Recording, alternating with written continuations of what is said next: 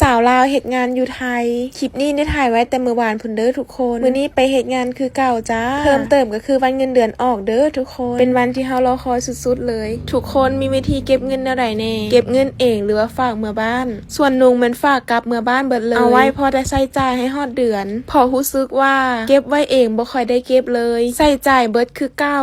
เสื้อผ้าทุกมื้อทุกคนเป็นคือกันบ่ก็เลยเลือกสิฝากให้พ่อกับแม่ให้เพิ่นเก็บไว้ให้หรือว่าใช้จ่ายอยู่ทางบ้านเช้ามื้อนี้ก็อากาศดีขอให้เป็นเดือนที่ดีของนุงและทุกๆคนและมีหลายๆคนถามมาว่านุงเฮ็ดงานอยู่ไส